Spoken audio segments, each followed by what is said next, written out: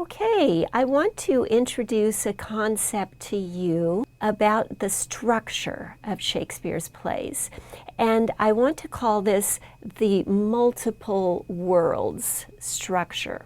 Now, when we had the two worlds structure in the comedies and in Othello, I wanted you to contrast the lawful, civilized society with its rigid structures with the absolutely free, anything goes, it's just the moonlight and the fairies kind of world where magical things happen.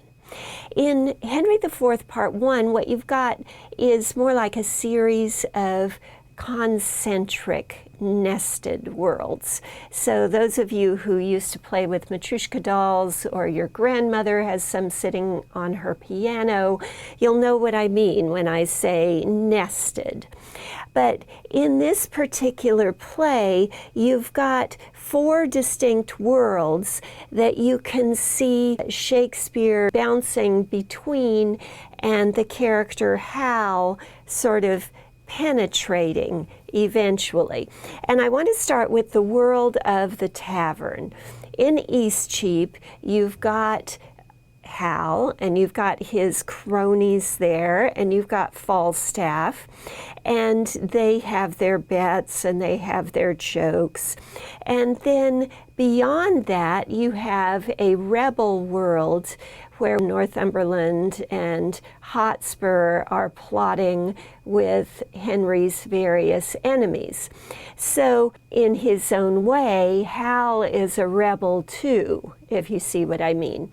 Now, the rebel world and the tavern exist under the sway of the court world, which is something that King Henry is at least in nominal charge of, even though the rebels are rebelling against him, and he doesn't seem to have nearly as much control of his son Hal in the tavern world as he wants.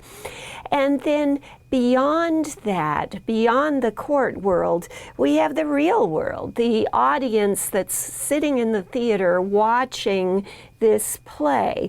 So we have the England, the court world of the play that contains within it the rebels and then the commoners, the tavern world. But we also have this audience on the outside that in Shakespeare's play that was, you know, kind of theater in the round, encompassed the whole thing. Now, Hal's progress in this play is a process of gaining control. At first, Falstaff thinks he can manipulate him, but he finds out that's not the case. And then when Hotspur and Hal have their single combat moment, Hotspur is sure that he's going to win, and he doesn't.